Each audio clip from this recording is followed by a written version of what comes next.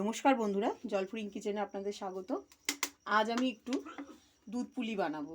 তা দুধ পুলি বানানোর জন্য প্রথমে আমি যে ডোটা তৈরি করব, সেই ডোটা তৈরি করার জন্য আমি গ্যাসটা অন করে কড়া বসিয়ে দিয়েছি।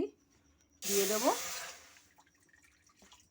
জল, এই এতটা মতো জল দিলাম। এবার জলে দিয়ে দেবো সামান্য একটু লবণ দিয়ে একটু নাড়াচাড়া করব।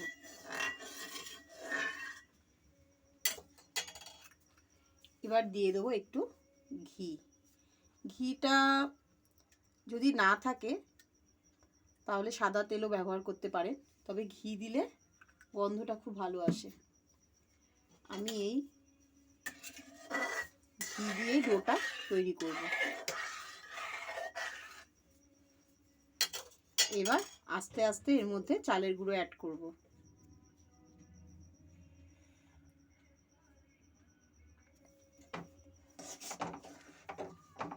পুরো 500 চালের গুঁড়ো আমি দিয়ে দিয়েছি বন্ধুরা, দেখুন।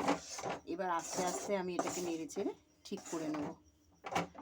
চালের গুঁড়োটা গোবিন্দভোগ চাল বা আতপ চালের গুঁড়ো নিতে পারেন, তবে আমি গোবিন্দভোগ চালের গুঁড়ো নিয়েছি। এতে পিঠের গন্ধটা কিন্তু খুব সুন্দর হয়। এবার আমি আস্তে আস্তে ডোটা তৈরি করে নেব। দেখুন ডোটা দলা পেকে গেছে। এবার আমি একটা থালায় নামিয়ে হাত দিয়ে ভালো করে ডোটাকে মুথে নেব। একটা থালায় গ্যাসটা অফ করে দিই, দিয়ে একটা থালায় অল্প অল্প করে আমি ডোটা তুলে নেব। তুলে নিয়ে হাত দিয়ে খুব ভালো করে মুথে নিতে হবে, না হলে হবে না। ডোটা আমি বেশ ভালো করে মুথে নিলাম। ওপর থেকে আরেকটু ঘি দিয়ে দিই, দিয়ে কিছুক্ষণ ডোটা আমি রেখে দেব। দেখুন এরকম করে মুথে নিতে হবে, না হলে কিন্তু পুলি পিঠে ভালো হবে না। আমি এতটা ডো দিয়ে পুলি পিঠে তৈরি করব না, কিছুটা ডো আমি রেখে দেবো। বাকিটা আমি চুষি পিঠে তৈরি করব, সেটাও আমি আপনাদের চুষি কাটাটা একদিন দেখাবো। আজকে এর হাফ নিয়ে নেব, হাফ নিয়ে আমি পুলি পিঠেটা তৈরি করে নেব। দেখুন এরকম করে মুখে নিতে হবে। এই যে ঠিক এরকম হবে, মানে হাতেও লাগবে না, এত সুন্দর করে মুথেছি। ডোটা এরকমভাবে তৈরি করে নিতে হবে। চলুন এবার আমরা পুলি পিঠেটা তৈরি করি।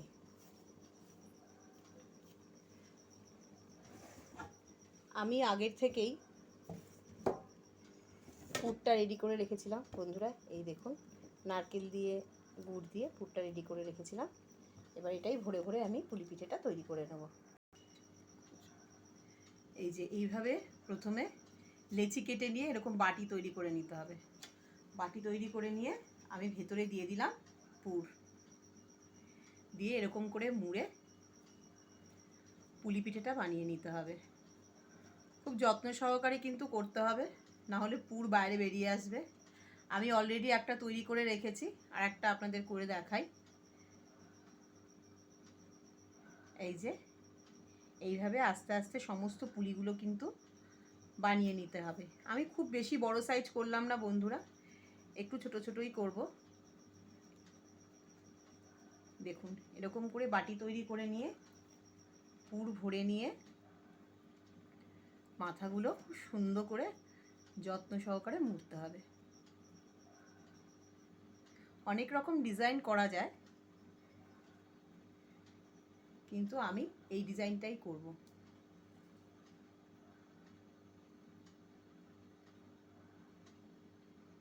এই আমার তৈরি হয়ে গেল, বাকিগুলো আমি তৈরি করে নেব। ওদিকে পুলিটা তৈরি করতে করতে আমি এদিকে গ্যাস অন করে 1 লিটার দুধ বসিয়ে দিলাম। দুধটা এদিকে জাল হতে থাক, আমি বাকি পুলিগুলো সব তৈরি করে নেব। সমস্ত পুলি কিন্তু আমি বানিয়ে নিয়েছি। আর ঠিক এতটা মতো ডো আমি একটু রেখে দিলাম। আমার ছেলে চুষি পিঠে খেতে খুব ভালোবাসে। এবার চুষিটা কেটে কেমন করে পিঠিটা বানাতে হয় সেটা আমি আরেকদিন আপনাদের সাথে ভিডিওতে শেয়ার করব। এবার দুধটা ফুটে উঠলে এই পুলিটা দিয়ে দেবো। এদিকে দুধটা জাল হচ্ছে, দুধটা গরম হয়ে এসেছে। একটু ফুটে উঠলে আমি পুলিগুলো ছাড়বো। আর আমি দুধ পুলিটা পুরো গুড় দিয়ে বানাবো, চিনি দেব না।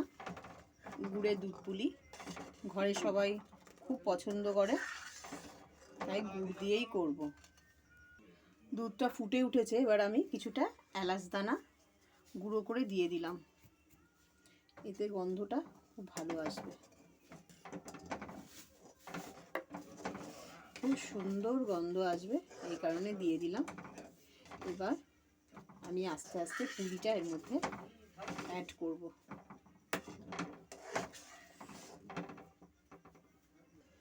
দুধটা কিন্তু বেশ ফুটে উঠেছে। এবার আমি আস্তে আস্তে পুলিগুলো অ্যাড করব। সমস্ত পুলিগুলো আস্তে আস্তে দিয়ে দেবো, এদিক ওদিক ঘুরিয়ে। দেখুন, দুধটা একটু ঘন করে জাল দিলে কিন্তু পিঠের স্বাদ বেড়ে যায়।